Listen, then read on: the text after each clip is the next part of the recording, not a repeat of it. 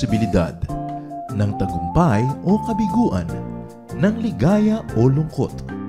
Kaya marapat lamang na tanggapin si Jesus bilang tagapagligtas at Panginoon. At matapos yun ay panariwain ang katapatan at paglapit sa Kanya bawat araw o day by day. Ang day by day ay naglalayong umalalay sa pang-araw-araw na pamumuhay. Narito po si Kuya Ed Lapis sa mensaheng pinamagatang Don't Worry About Old Age.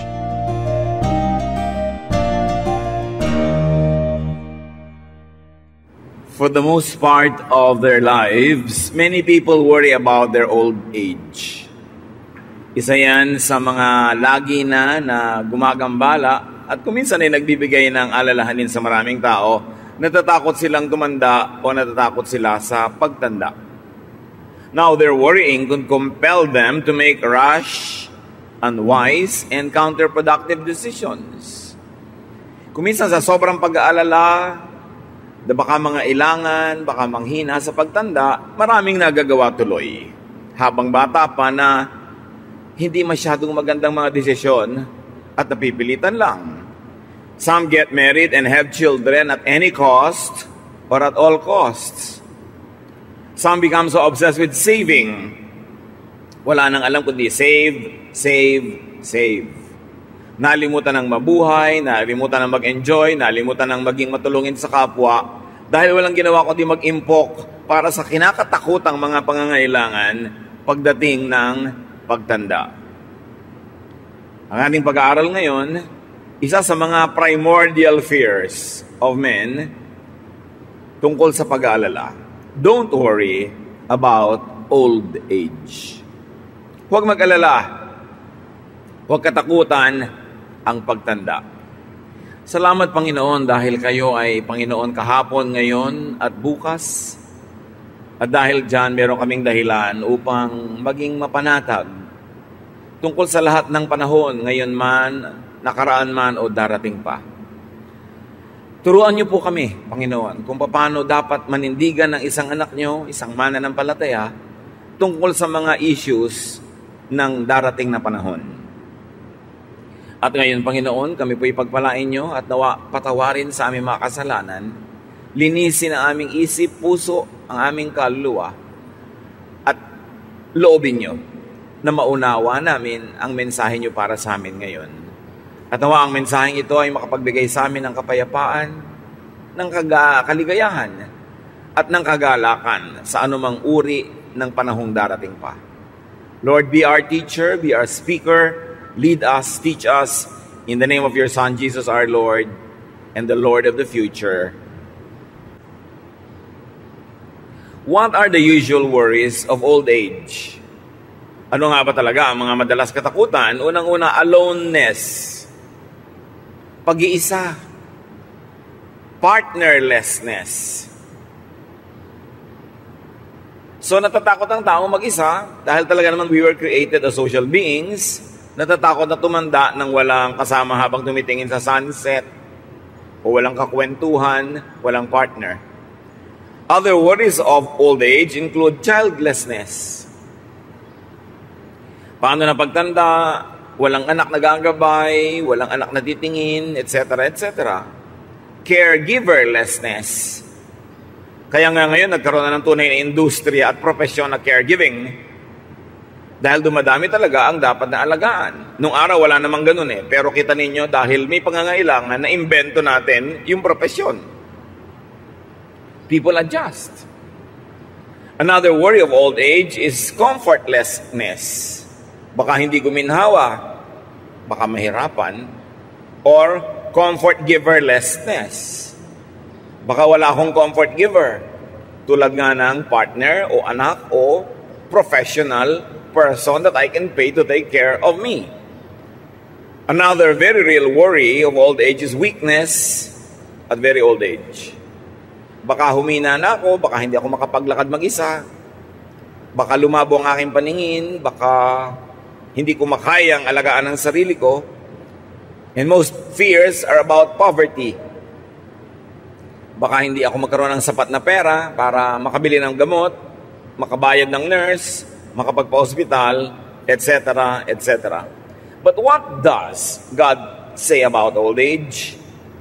All throughout the scriptures, you will find verses whose central theme is this: don't worry about old age. Huwag mag-alala. Napakaraming turo, diretsahan man o hindi, oblique man o diretso, pero yun pa rin ang makukuha nating katuruan. In other words, don't be compelled to get married, to have children, to save too much just for old age use. In other words, get married if you're in love and you want to get married. Have children because you want to raise children, not only because you want to have children around you when you grow old. Don't always save too much just for old age to the point that you forget enjoying your life now. Now, why not be compelled to do all this? Bakit hindi kailangan pilitin ang sarili magkaasawa para sa pagtanda ay may kasama at para magkaanak? Because having a spouse does not guarantee having children. Kung mag-aasawa kayo, mga kapatid, dun sa mga wala pang asawa, para lang magkaanak, paano kung hindi kayo magkaanak? Anong gagawin nyo? Maghihiwalay kayo? Tatalikuran nyo inyong asawa para magkaanak kayo sa iba? Hindi nag-aasawa ang tao para magkaanak. Nag-aasawa ka dahil meron kang iniibig at gusto mo siyang makasama bilang partner sa buhay. Bonus na lang kung nagkaroon kayo ng anak. And usually, nagkakaroon, pero may mga unusual cases na hindi nagkakaroon. So kung ang inyong dahilan para lang mag-asawa ay magkaanak, paano nga hindi kayo magkaanak? Hindi naman lahat ng nag-aasawa nagkakaanak eh. There are no guarantees na kung mag-asawa ka ay magkakaanak ka na nga. 2 Samuel 6:23, Michal, daughter of Saul, had no children to the day of her death. At hindi lang si Michal, maraming ganon, babae man o lalaki, na talagang hindi ukol na magkaroon ng anak. So kung senior o single ka and you are unmarried, stop being regretful. Dahil marami rin namang nakakaasawa, hindi rin nakakaanak. Why not be compelled to get married? Para lang may kasama sa buhay? Because having a spouse does not guarantee having a companion all your life. Ba't ka mag-aasawa para meron akong kasama lagi? Hindi na totoo yan ha. Hindi na garantiya na kung nag-asawa ka ay may kasama ka nga sa pagtanda. One, kasi merong maagang nababalo. Meron nga after honeymoon, nabalo na. Luke 2:36-37, there was also a prophet, Anna, the daughter of Penuel, of the tribe of Asher. She was very old. She had lived with her husband 7 years after her marriage, and then was a widow until she was 84. Imagine, kung nag-asawa ka para may kasama kapag tanda, 7 taon lang nagsama, naging balo na. O kaya, hindi ka man naging balo, pero pinagtaksalin ka naman, iniwan ka ng asawa mo, wala ka pa rin kasama. O may asawa ka nga sa turing, pero sa aktual na buhay niya naman, para kang nag-iisa rin. Parang wala kang partner. So stop fretting about being single. Because having a spouse is not always the great blessing that people think it could be. Narinig sa elevator, may 3 magkakaibigang lalaki, sabi ni kaibigan 1 doon sa 2 and 3, alam niyo, naiinggit ako sa inyo, hanggang ngayon wala pa kayong mga asawa. Ako nagkaasawa, ganun lang pala. Dapat hindi na lang. May mga ganun, pati mga babae. Pero meron naman siyempre mga masasaya, happily married, kanya-kanya ng palad. Ngayon, kung mag-aasawa kayo para lang kayo magkaanak, para sa pagtanda nyo may kasama kayo, hindi na rin ganyan. Having children does not guarantee having companions at old age. Lalo ngayon, uso yung pag-abroad, uso yung paninirahan sa ibang bansa.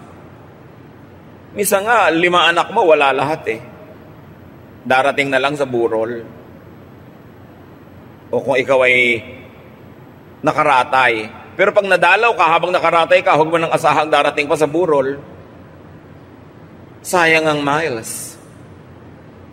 Mahal ang pasahe, o kaya hindi papayagan sa trabaho na mag-leave ng sunod-sunod. Hindi lahat ng nagkakaanak ay may kasama pagtanda. Kasi marami rin namang napapalayo ang tirahan pag nag-asawa at bumukod na. Genesis 2:24, nagbigay na nga ng pahimakas. A man leaves his father and mother and is united to his wife.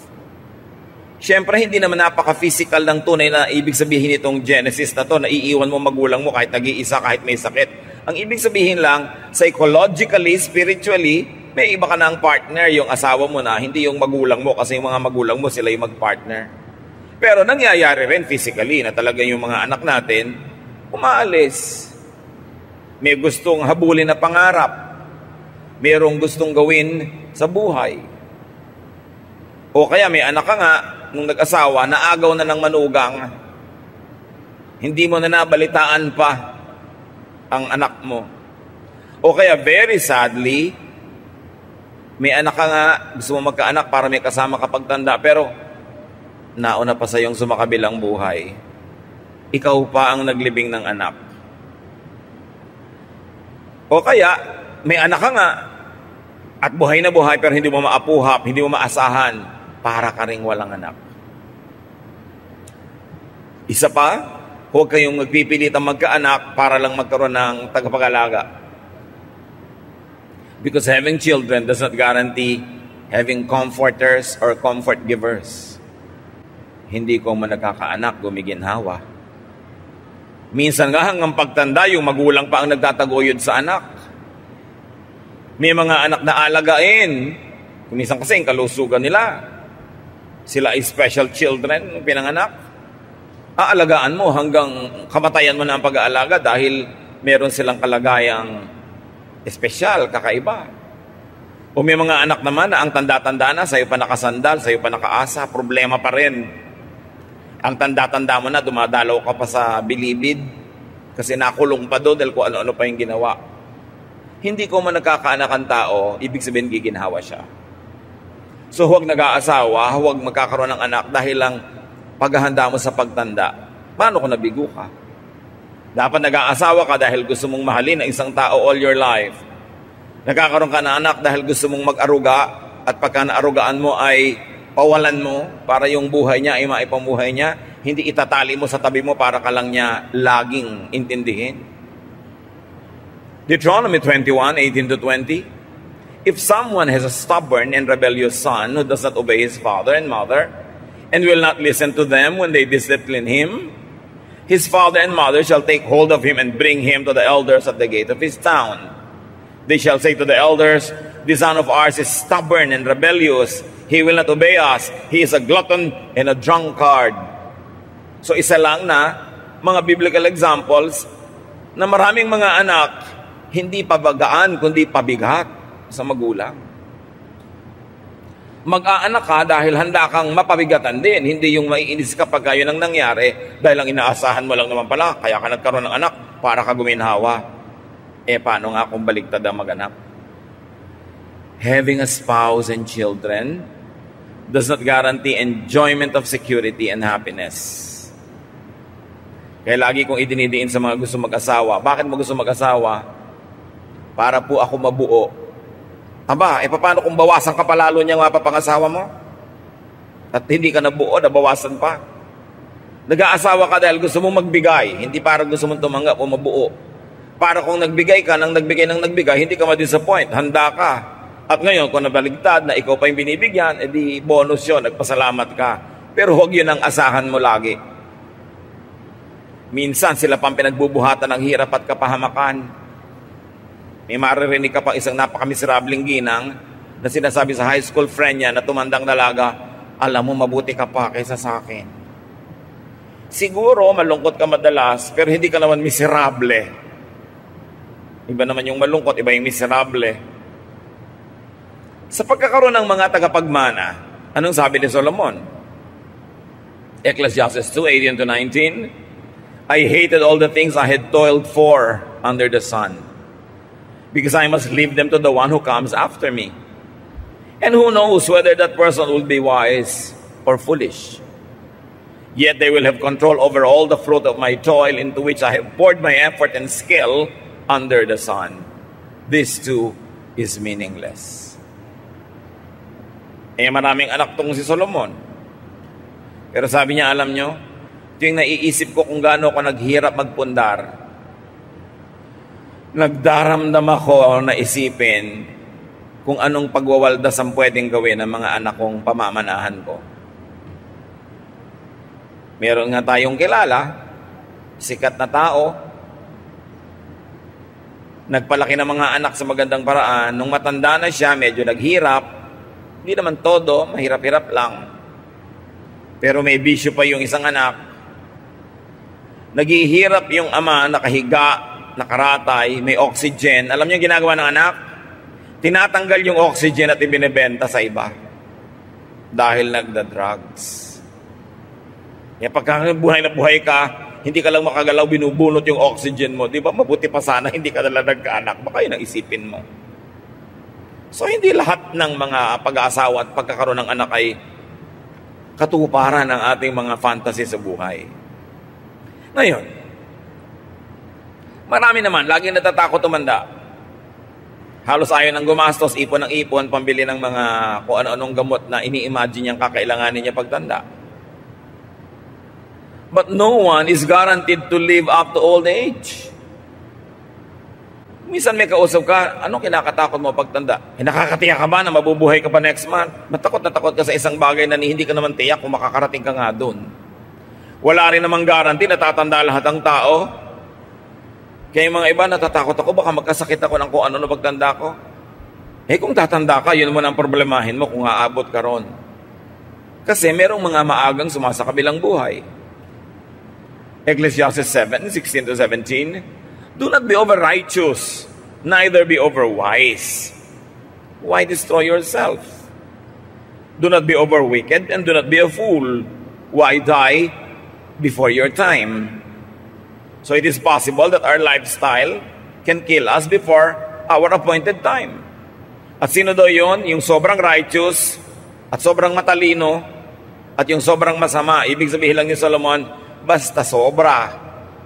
Kahit sobrang relihiyon, kahit sobrang kasamaan, kabutihan, hindi yan makakabuti sa'yo. Huwag kang extremist.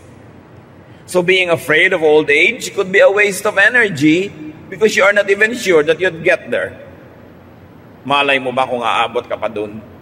Di naman tayo sure. Therefore, huwag laging problemahin mga kapatid ang pagtanda at pagkakasakit. Di naman sure natatanda ka at magkakasakit pa. Yung mga nagtandaan na sa ating paligid at nakakaranas, di mapalad kayo, pinahaba ng Panginoon ang inyong buhay. Pero yung mga ibang hindi pa nakakarating dyan, don't over-worry. You are not sure if you'd get there or not. Malay mo naman, mag-to die is gain ka agad. Although, huwag naman sana. At mag-to live is Christ ka pa na mahaba. But no one is sure. Pero sa kaiisip mo tungkol dyan, daig mo pa ang tumanda na nga at nagkasakit in advance. Yung hindi pa tumatanda na walang iniisip kundi yung pagtanda niya, tumanda ka na sa kalooban mo at sa puso. Naagawan mo na ang sarili mo ng oras na ma-enjoy yung ngayon kasi lagi ka nag-iisip ng bukas. Ecclesiastes 9:12, no one knows when their hour will come. Walang nakakaalam kung kailan ang oras niya. Ngayon, mga kapatid, let's do a little computation. Kung magkasakit ka man at manghina, let's say at age 80, at let's say, at age 80, nagkasakit ka ng hina at inabot ka ng mga 2 taon na mahina at may sakit bago ka sumalangit. Ibig sabihin nun, may 70 years kang nauna na hindi ka mahina at matanda. Let's say at 80 nangyari. Let's say, may 78 kang very good years. Tapos nung 79, nung 80, nang hina ka na. Hindi ka pa inabot, let's say, ng 80. 79, nagkasakit ka, naratay, nanghina. And in 2 years, pagdilat mo ay nakita mo na ang Panginoon. Ibig sabihin ay binawi ka na mula dito. Ano na ba naman yung 2 years of illness? Hindi ko yan minamaliit, mga kapatid, pero isipin nyo yung arithmetic. Ano na ba yung 2 years of aloneness kung nag-iisa ka sa buhay? Bihira namang tao ang nararatay ng more than 2 years. Matagal na yung 2, minsan nga 6 months pa. Diba?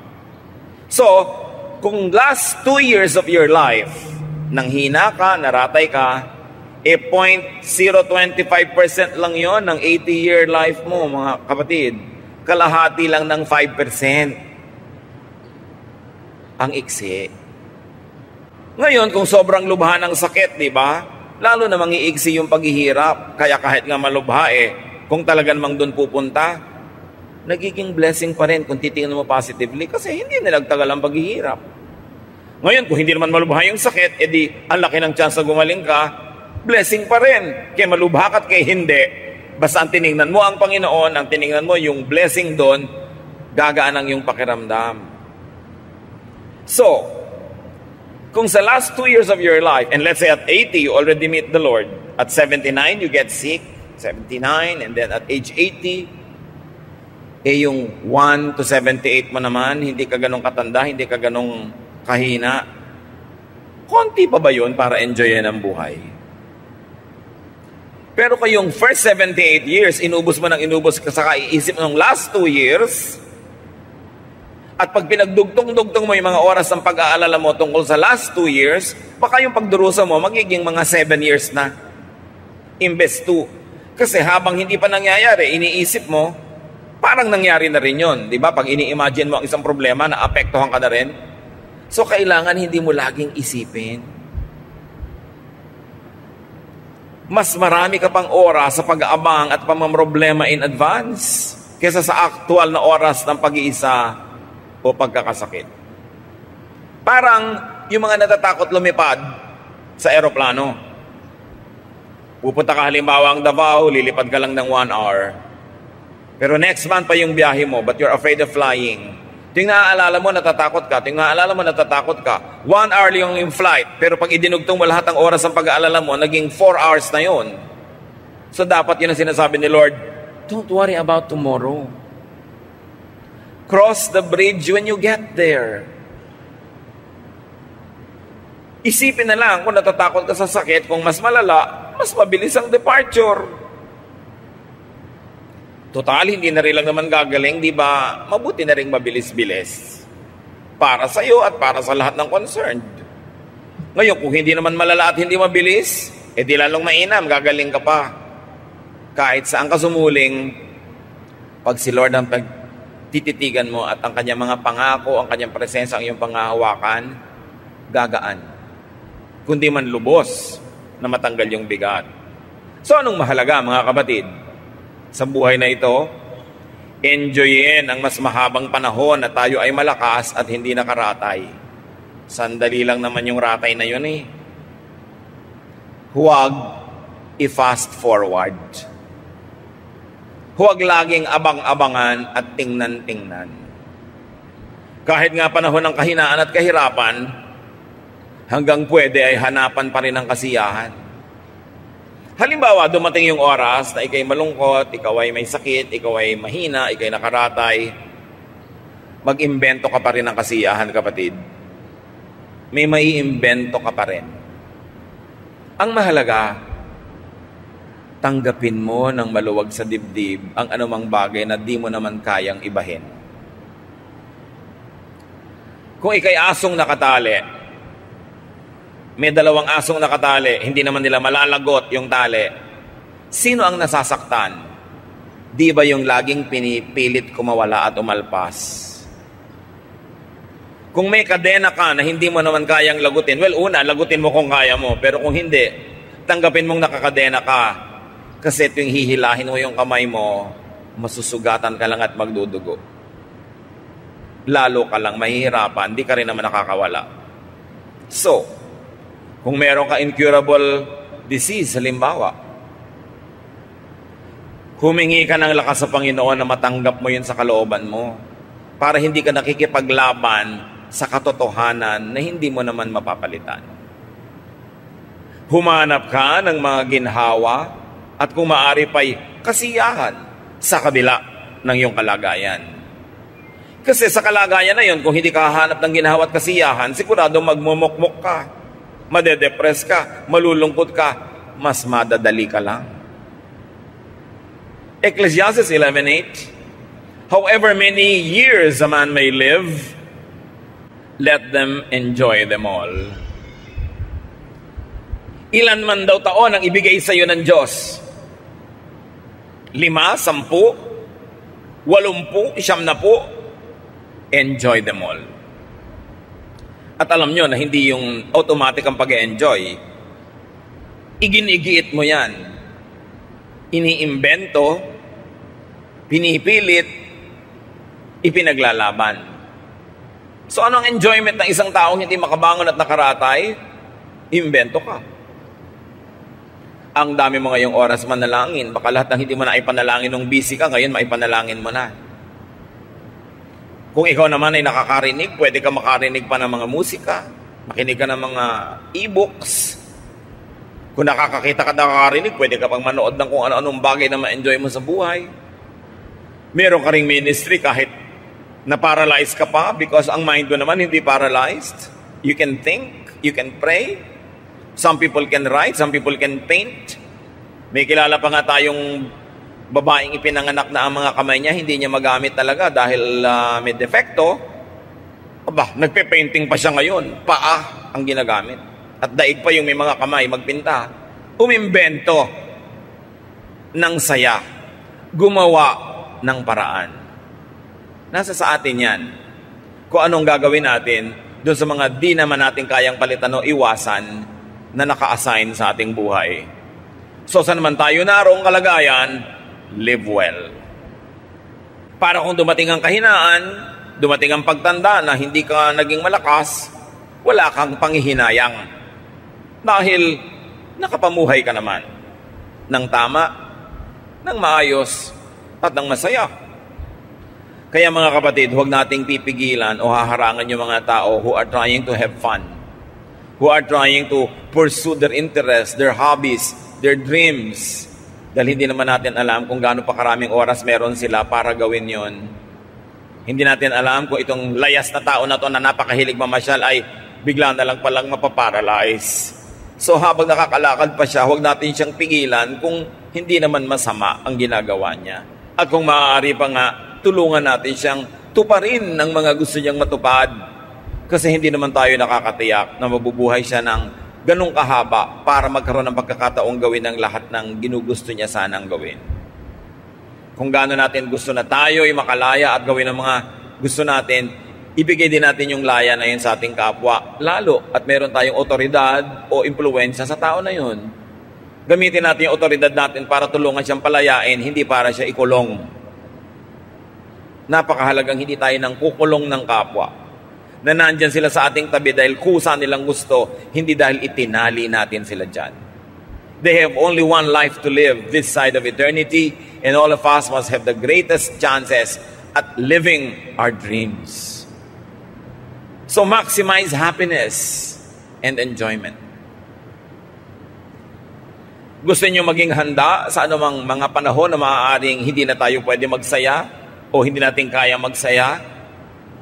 Ang paghahanda dyan, habang kaya nyo, magsaya na kayo. Parang bangko kasi ang ating puso. Magdeposito kayo ng maraming kaligayahan. Magdeposito kayo ng maraming kasiyahan. Para kung dumating ang panahon ng taghirap sa kaligayahan at saya, mayroon kayong pag-withdrawhan. Mayroon kayong mga alaala, mga gunita na magpapalakas ang inyong loob, magpapasaya. At pwede nyo pang sabihin, di bali nang hindi na ako sumaya the rest of my life kasi na-advance ko na naman lahat.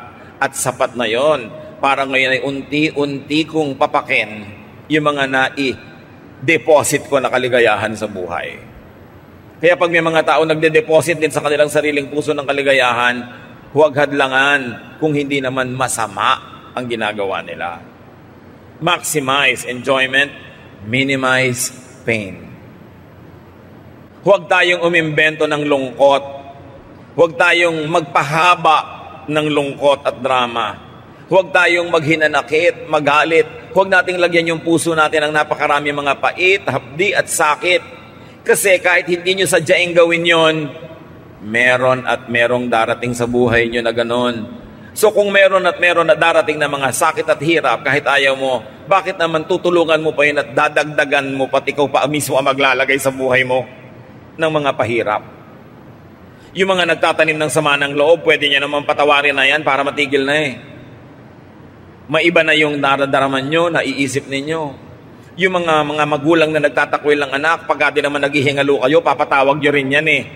Magpapatawaran din kayo, di agahan nyo na para makapag-enjoy pa kayo magkasama.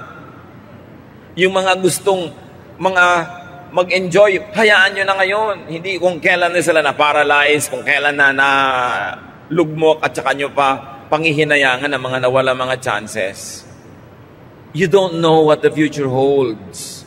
So whenever you have the opportunity to make yourself happy, to make other people happy, do so. Because life has many dark days ahead, whether you like it or not. So why invent darkness when actually today is bright? Bakit merong party, magagalit ka doon sa isang tao sa walang kakwenta-kwentang bagay, nasira na yung mood mo buong party. Merong family reunion, pinaghandaan nyo lahat. Gumastos kayo, tapos magagalit ka sa isang pinsan mo o kapatid, nanimangot ka na maghapon. Bakit mo dadagdagan ang mga pabigat sa buhay mo, samantalang marami namang kusang darating sa'yo kahit ayaw mo? You've got to minimize pain in your life and to minimize pain in your loved one's life. Pag hindi mo minamahal, halimbawa yung biyanan mo, alam mo ba na sinasaktan mo yung sarili mong asawa na anak ng biyanan mo? Bakit mo naman patuloy na sasaktan ng isang taong mahal mo at nagmamahal sa'yo? So sabi mo, kasi mahirap mahalin ang biyanan ko. Mas mahirap namang mapuot. Mahirap mapuot Mahirap magalit. Mahirap magmahal. Pareho lang mahirap, di magmahal ka na lang. Pareho lang naman nakakapagod.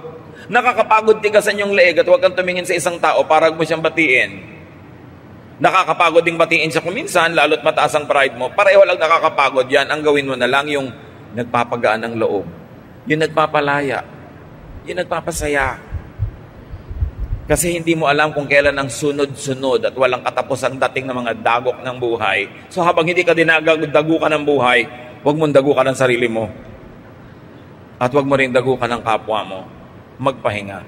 Do the most good.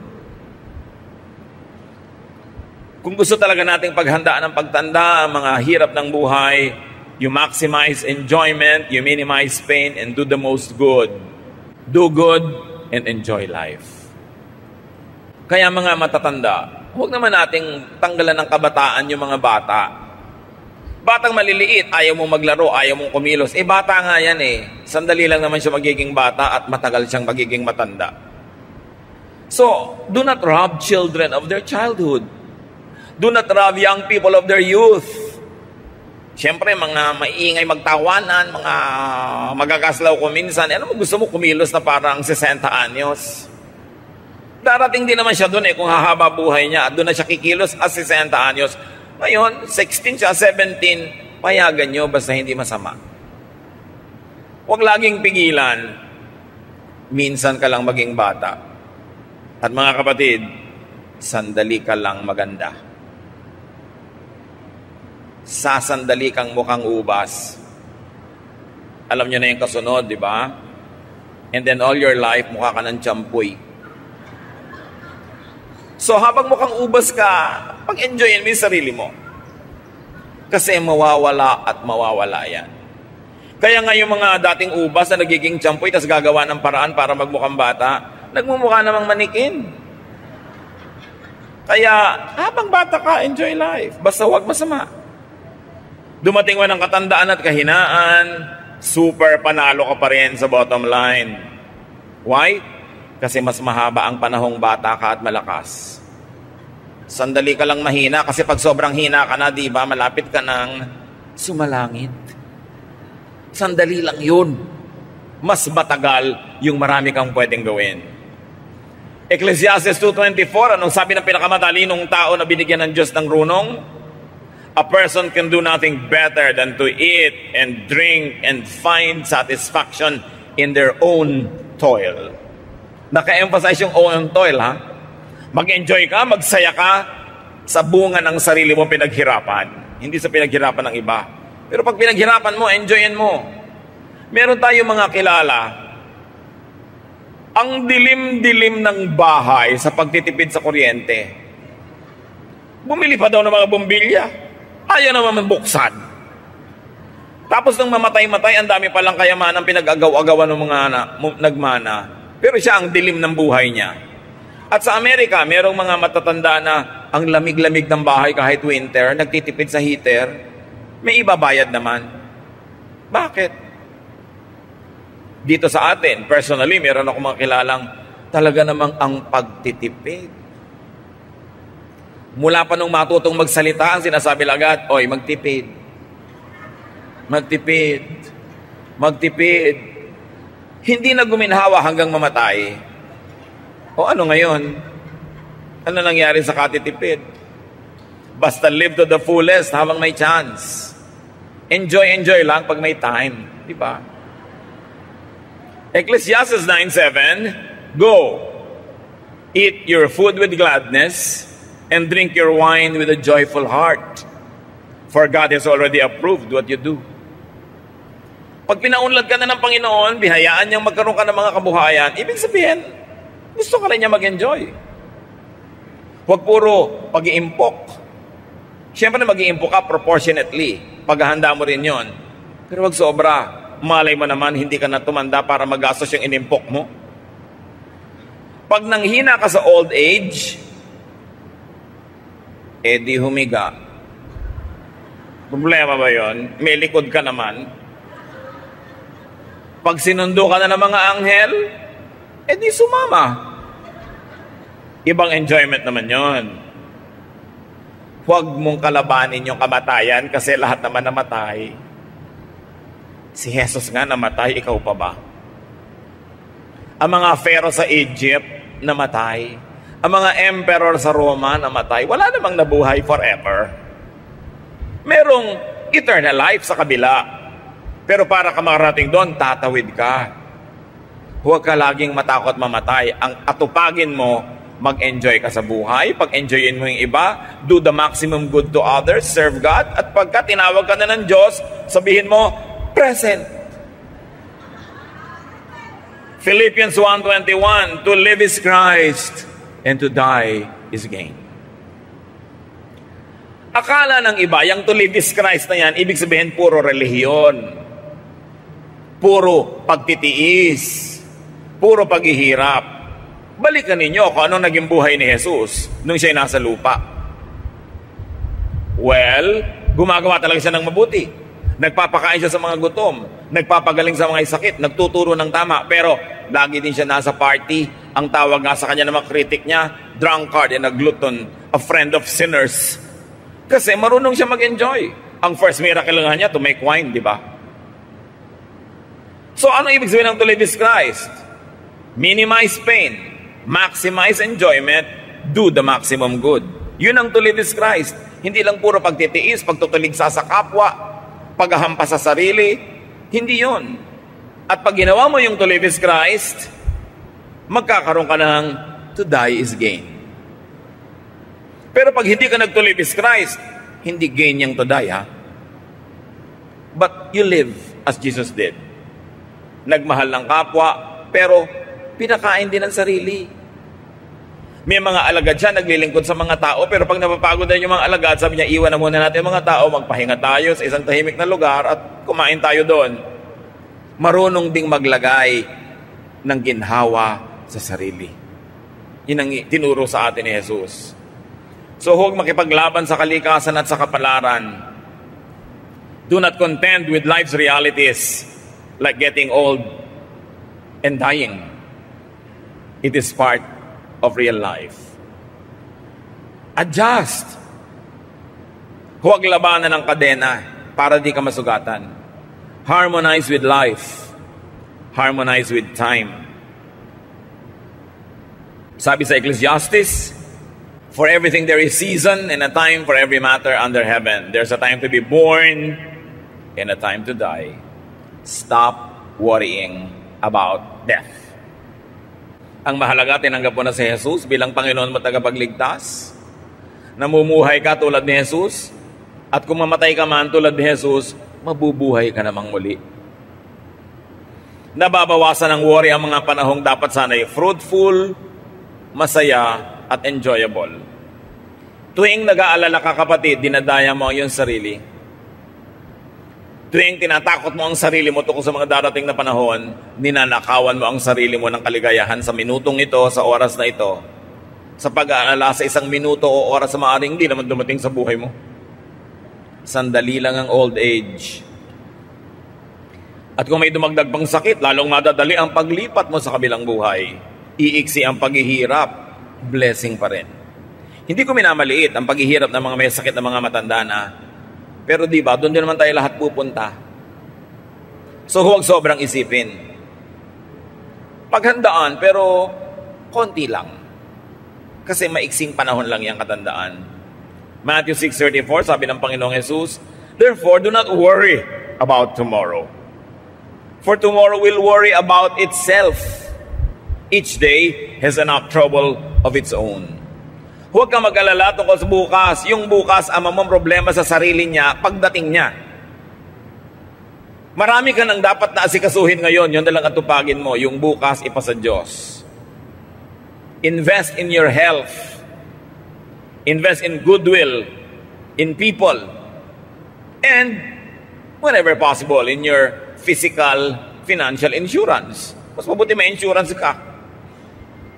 Meron nga akong kilala, kaya naman magbayad ng insurance premium, ayaw, dahil pag namatay daw siya, baka manahin ng asawa niya at mag-asawa ng iba. Anong klaseng pangangatwiran yon? Paano yung buhay niyo ngayon? Yung buhay niya, ang inaalala yung pag namatay na, pero yung buhay ngayon, hindi iniisip. Entrust your future to God. At manalangin, tulad ng sa Psalm 71:9, "Do not cast me away when I am old. Do not forsake me when my strength is gone." Pero siyempre, may dapat kang gawin para yung panalangin mo na yon, matupad yung sagot. At sabi ng Panginoon sa Isaiah 46:4, "Even to your old age and gray hairs, I am He. I am He who will sustain you. I have made you and I will carry you. I will sustain you and I will rescue you." Sinong kausap dito ng Diyos originally? Ang kanyang mga hirang.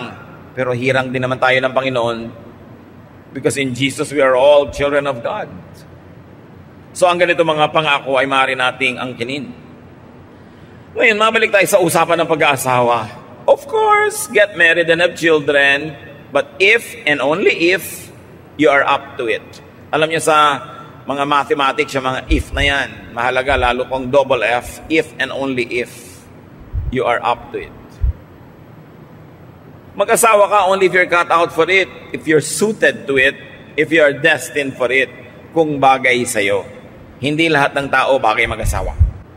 1 Corinthians 7:36, "If anyone feels he ought to marry, he should do as he wants." But actually, Paul continues to say, "But you know, I really prefer that you didn't." Pero sabi niya, pero kung talagang yun ang gusto mo, gawin mo. May mga naman hindi designed for marriage. Tulad ng binabanggit ng Panginoon ng mga eunuch for life sa Matthew 19:12. Jesus speaks, "For there are eunuchs who were born that way, and there are eunuchs who have been made eunuchs by others. And there are those who choose to live like eunuchs for the sake of the kingdom of heaven." Ano ba yung mga eunuch nung araw? Mga lalaking bata pa lang ay kinakapon, their testicles are removed, so they don't develop sexually because they are not destined to get married. Usually, male servants of queens, of princesses, of female royalty are eunuchs. Kailangan nila ng mga eunuch para malakas sa kakapaglingkod sa palasyo, pero hindi banta sa mga kababaihan na nandun sa palasyo. Kaya kailangan silang gawing eunuch, kinakapon. But then, the meaning of eunuch is not only physically that which is sexually undeveloped and cannot copulate with women, because it extends the meaning that there are people who are not made that way. Kaya sabi ni Lord, "For there are eunuchs who were born that way." Ipinanganak na silang ganyan na talaga sila, hindi sila nakadestino na mag-asawa. May mga eunuch naman na sabi na naging eunuch lang dahil sa mga nangyari sa kanilang buhay o sa kanilang kaganapan o sa kanilang kapaligiran. At meron naman pinipili nila dahil gusto nilang mag-concentrate sa paglilingkod sa kingdom of heaven. So there are many ways to be a eunuch, pero may mga tinatawag na born that way. From the words of Jesus, they were born that way. Choice naman nila yung iba. So huwag pressurein ang lahat ng kapwa. Kung meron kayong dalaga sa bahay ninyo na 32 years old, 29, 33, huwag din nakasalubong nyo sa hagdan. Kailan ka mag-aasawa? Kaya tuloy pag nasa salubong ka, tumatalo na lang sa bintana. Tuwing na lang may kasalan, itatanong mo doon sa mga bridesmaid, ikaw, kailan? It's a very unkind question. Dahil either ayaw niya talaga o gusto niya pero hindi pa mangyari. So wag pilitin, wag ipilit, wag ipagpilitan. Ecclesiastes 6:3, a man may have 100 children and live many years, yet no matter how long he lives, if he cannot enjoy his prosperity, I say that a stillborn child is better off than he. So niya, hindi naman kung maraming anak at maraming pera, masaya na eh. So, kanya-kanya. Isang magandang paghahanda sa pagtanda, mga kapatid, na doable naman, well, you can make and keep friends. It's the next best thing, or sometimes a better thing than having your own family. Especially if you cannot have your own family, surround yourself with friends. Invest in friendship. Alam niyo naman, ang tunay na friendship, ini-investa ng oras, ng pagod. Pero, lalo pa nga at wala ka naman sariling pamilya, it's good to invest in friendships. In fact, even if you had a family, kita niyo yung mga babaeng iniiwan ng asawa, kaninong ngoy sa kanyang mga female friends. I enjoy seeing mga ladies who go to lunch. Ladies who lunch. Mga middle-aged o mga matronic ladies who meet once a week to have lunch, exchange gossip, make kwento, and make fun. Kung kaya nyo naman, gawin nyo yun. Kahit naman maliit ang budget nyo, pwede naman kayo mag-lunch sa mga kung ano-ano lang. Pero maganda yung mga kaibigan na mini-maintain kahit pa may anak ka at asawa. Kung minsan, lugi din yung ikinulong mo na lang ang buhay mo sa iyong asawa at mga anak. Tapos biglang hindi naman sila laging loyal to you or nice to you. Lugi ka ngayon. Kailangan may friends ka pa rin. Ecclesiastes 4:9-12. Two are better than one, because they have a good return for their labor. If either of them falls down, one can help the other up. But pity anyone who falls and has no one to help them up. Also, if two lie down together, they will keep warm. But how can one keep warm alone? Though one may be overpowered, two can defend themselves. A cord of 3 strands is not quickly broken. Maganda yung pag-explain ni Solomon kung bakit mahalagang may kaibigan. Lagi daw mabuting dalawa kayo kaysa isa lang. Pag natumba yung isa, merong aalalay, may dadampot man lang. At kung meron kayong kalaban, you can watch each other's backs. Mas mahirap gapiin ang may kakampi kaysa nag-iisa lang. So mamuhay tayo, mga kapatid, sa paraan na magkakaroon tayo ng kaibigan at ma-maintain natin ang kaibigan dahil maganda yung ugali natin. Laging mabuting may kaibigan. Proverbs 17:17, a friend loves at all times, and a brother is born for adversity. So get loved by a friend. Love a friend. Kaya may anak ka pa, kaya may asawa ka, iba na yung may kadamay ka.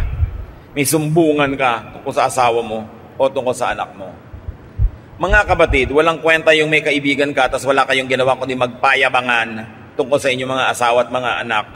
Hindi magtatagal ang friendship nyo. Pag lagi mong ipinagyabang yung asawa mo sa kumari mo, biglang naagaw na ng kumari mo ang asawa mo. Kailangan, hindi na kayo nagpapa-impress. Boring na yung matagal na kayong magkakilala tapos wala pa kayong ginawa kundi magpa-impress sa isa't isa. Relax. Admit, accept your imperfection, and accept and admit also that others are imperfect. Nakakapagod magpa-impress. Dapat kung nagpapa-impress ka sa tao, sa job interview lang yan, o sa first few days of your acquaintance, and then tanggalin mo na yung mga maskara at magpakatotoo ka na. Kung ayaw niya sa'yo, magkaalaman na kayo habang maaga para huwag kayo magsayang ng oras. Maghihiwalay din lang naman kayo pag nagkakilala kayo ng totoo. So magpakilala ka na agad ng totoo. Kung ayaw niya sa'yo, well, sorry, you both lose. Genesis 2:18, the Lord God said, "It is not good for a man to be alone. I will make a helper suitable for him." So, you don't make people alone, especially if you have a responsibility. Be a partner to your spouse. Kung nagpakasal ka, nagpakasal din sa iyong pinakasalan mo, kapatid, huwag mo siyang biguin. Kailangan may partner siya in your person. Do not neglect your wife or your husband. Kasi nagpakasalan kayo pareho para maging partner ng isa't isa. When you are not beside your spouse, you are probably in the wrong place. And then what will make it worse is that your spouse might have to find someone else to stand in your vacant spot. And then another wrong person will be in another wrong place. Hindi na matapos-tapos yung mga wrong na ginagawa ng tao. Kaya ayaw mo, kaya hindi, may asawa ka, pananagutan mo yan. Samahan mo siya. Be a child to your parents. Anak ka ng magulang mo. Magpakaanak ka. Alam mo dapat kung kailan ka nandun, lalo't kung ang magulang mo hindi demanding, may laya ka naman, gamitin mo yung laya mo para maging loving and supportive of your parents. Be a helper to those who are alone, especially who are old or sick and weak. Sabi ni Lord, it is not good for man to be alone. Hindi lang yan in the context of marriage. If you are a child of God and you see people who are alone, you provide them with company. That's part of your Christian love. You invite them into your home. You visit them when they are sick. You help them in their need because it is not good for a man to be alone. Kung hindi ka nangangailangan ng damay, ibig sabihin you are sufficient, ikaw naman ang dumamay sa iba. And brothers and sisters, allow people to be together. May mga magulang naman, sila pa ang hadlang sa married life ng kanilang mga anak. Pinag-aaway yung anak at yung manugang. May ganon. Nag-asawa na yung anak nyo, hayaan nyo silang mag-enjoy sa kanyang marriage. Huwag kayong laging maging issue. Huwag kayong laging pumagitan sa anak nyo at manugang nyo dahil ang partner nyo yung asawa nyo, hindi yung anak nyo. So pag ikinasal na sila, luwagan, ibigay dun sa asawa. Huwag ipagkait. Kailangan payagan nyo silang mag-enjoy together dahil minsan din lang silang mabuhay. At hanggat hindi masama ang ginagawa ng mga tao, ipagbunyin ninyo kung may nagmamahalan, kung may magkaibigan, kung may magkapartner, basta hindi masama. Ipagsayan nyo that there are two less lonely people in the world. Hindi yung naiinggit ka, nagagalit ka, wala kang gusto kung ipaghiwalayin sila. Help others not to be so alone. Especially your parents, your elders, your relatives, your friends. And mind you, young people, especially the friend of your parents, ariin nyo rin sila mga magulang nyo. Sa case ni Haring David, nung matanda na siya, may nararamdaman, laging giniginaw. Alam niyo yung ginawa ng mga tao? 1 Kings 1:2. His attendant said to him, "Let us look for a young virgin to serve the king and take care of him. She can lie beside him so that our Lord the King may keep warm." Nakita niyo ang kanilang pag-aalaga doon sa matanda, binagyan pa ng katabi para uminit ang kanyang giniginaw na katawan. Pagkatanda-tanda na noon ni David, pero inaalagaan pa rin nila. Ngayon, mga lolo't lola dito, huwag na kayong umasa na bibigyan kayo ng mga dalagita at 15 anyos ng mga tao sa paligid. Hindi naman kayo si Haring David. No? Pero, ibig sabihin lang, kung ano yung substitute, kung ano yung pwedeng ibigay na pinapayagan ng konteksto ng ating panahon, ibigay natin. At kung natatakot din lang tayo nag-aalala sa pagtanda, alalahanin natin ang sabi ni Solomon, Ecclesiastes 12:1-7. Remember your Creator in the days of your youth, before the days of trouble come. And the dust returns to the ground it came from, and the spirit returns to God who gave it. So sabi niya, alalahanin niyo ang Diyos habang bata kayo. At kasama sa pag-alala sa Diyos, is, diba, to live is Christ, is to enjoy life while young. Enjoy life while able. At the same time, be godly. And when it happens that you have to face your Maker, do so with peace. Panginoon, salamat dahil mahaba naman ang binibigay niyong panahon sa amin. To maximize pleasure and enjoyment, to minimize pain, and to do the maximum good. Lagi niyo ipaalala sa amin na ang buhay na ito ay isang mahalagang regalo galing sa inyo. Pahalagahan namin, hindi lang ang buhay namin, kundi buhay din ng iba. Hindi lang enjoyment namin, kundi enjoyment din ng iba. At nawa, Panginoon, pauwiin niyo ang mga pag-aalala. Turuan yung punuin namin ang isip namin ng mga mahalagang isipin tungkol sa inyo. Mga magagandang bagay. At matuto kami magdisiplina sa isip na itaboy, ang anumang isip na nananakot, ibibigay ng mga ligalig, nagpapahirap sa aming loob. We want to celebrate life because it comes from you. Teach us, Lord, not to be afraid of the future. Because we know that you are there in the future. You have been there even before we get there. Salamat, Ama. Pagbulay-bulayan natin, mga kapatid, ang kahulugan ng mga sinariwa nating katuruan ngayon, and be free from the fear of the future. Sa ilang saglit, pagbulay-bulayan ang mga bagay na ito.